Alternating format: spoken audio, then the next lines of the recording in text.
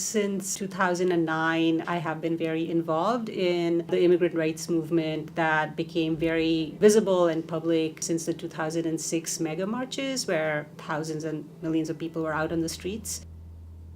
People began to come together to resist what were incredible incursions on their lives. I mean, the policies that Arizona was advancing through under the auspices of attrition by enforcement were to criminalize a lot of undocumented presence, undocumented labor, not carrying one's identification at every time, to increase police surveillance, that is, to give police the authorization to stop anyone for any legal reason and ask them to see their papers.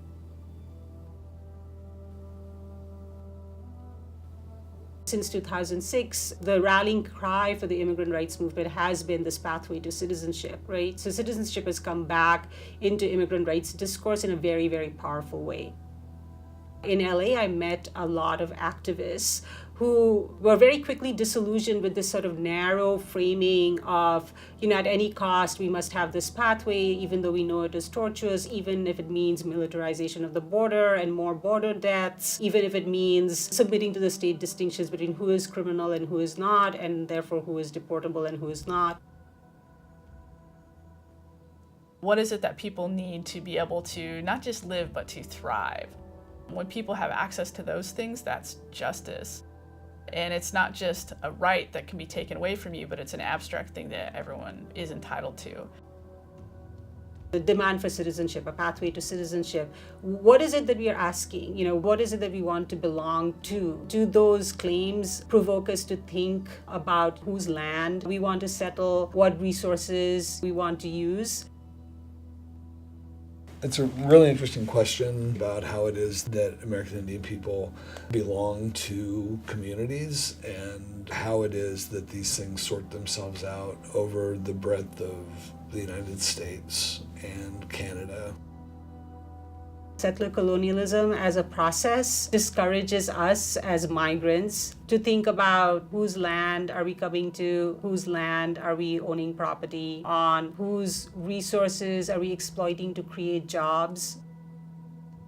I don't think in terms of the term citizenship because I think it's such an inheritance from Western legal frameworks of sovereignty. I feel like that's some sort of purist ideal for belonging to some sort of collectivity that I don't think in the long term is really going to work for us.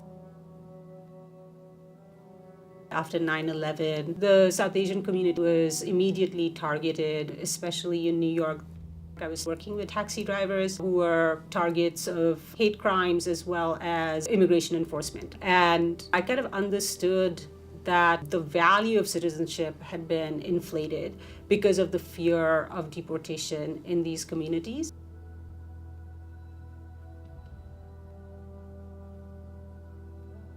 Lots of people who are considered citizens, like people who are in prison who are considered citizens, are kind of like marked for death and abandonment in ways that are sometimes overlapping with people who don't have documentation status for immigration, who are not marked as citizens officially. End detentions! End detentions! End detentions! End detentions! We're here to demand an immediate end to immigration detention. We're here because people are being held indefinitely for up to 13 years at a time. We're here because this week 2 people died and our government has yet to respond. I want to thank you all for being with us as we demand that they end indefinite detention, because that's the solution. People will stop dying when they stop putting them there to die.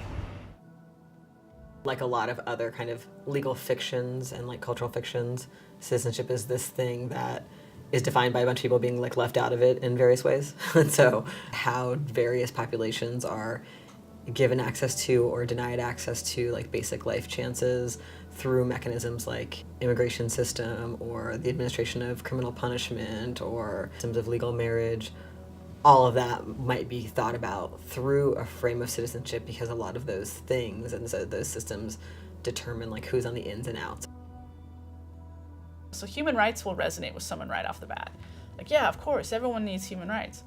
But when you start to think about or start to talk with people about the ways that rights get taken away, what rights do you have, did you used to have, do you not have, these kinds of questions, So instead of talking about human rights, people talk through the frame of justice or talk through the frame of open borders.